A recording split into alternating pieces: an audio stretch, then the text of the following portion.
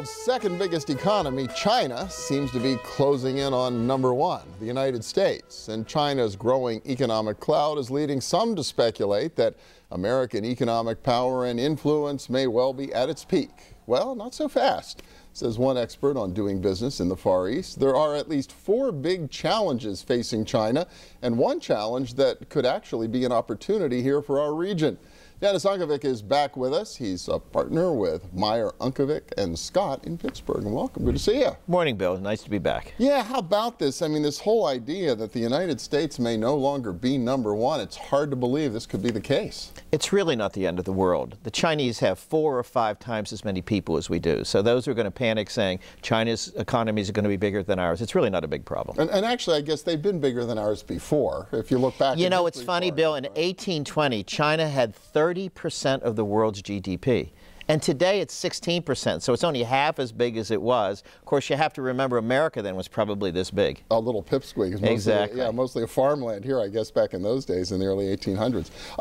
But big issues, and you've sort of identified 4 big issues that China really needs to work about. One of them we've kind of already spoken to. Big economy, but lots more people, so there's a real issue of disparity there. I call it rich China, poor China. If you go along the coast, with the Pacific being here and China here, most of the people along the coast are doing pretty well. And some of the inland cities are doing well. But basically, half of the Chinese people have not really benefited from the growth that's gone on over the last 20, 30 years. And so you have a disparity of the rich and the poor like we do in this country, but it's much more extreme. And that's a political problem and an economic problem for the Chinese government. So a lot of pressure then on the rural side, the poorer people that want a piece of the pie, and how do they balance those? I'll give you an example. In Shanghai, if you buy a Starbucks coffee, it costs you the equivalent of a full day's salary of a farmer in the middle of the country. And you know what? They know that. And so, somebody's drinking a macco latte, whatever it is, and then somebody in the middle of the country is working and supporting a family of 3 or 4 on the same amount of money.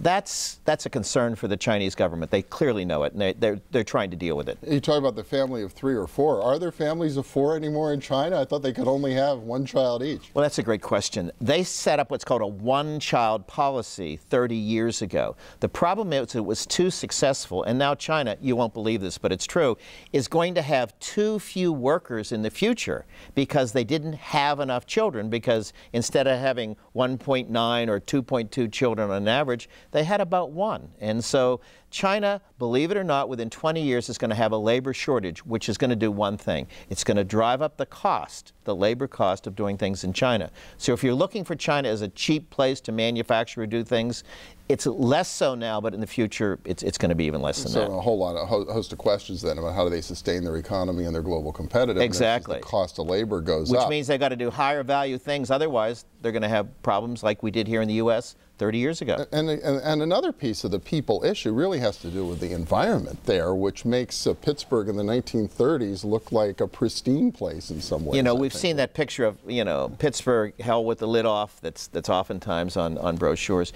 China today has a worse problem than we did 30 or 40 years ago. The reason is we had soft coal, which created a lot of dust and dirt in the air, but a lot of their pollution comes from automobiles, which is much more deadly from a health standpoint.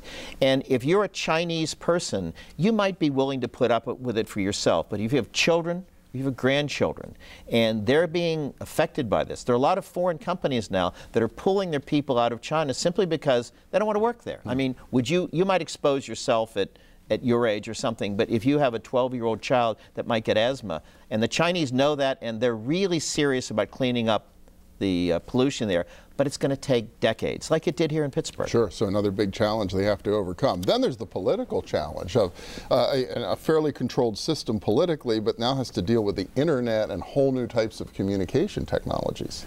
The Chinese government has been able to maintain control for the last 30 years by essentially managing information.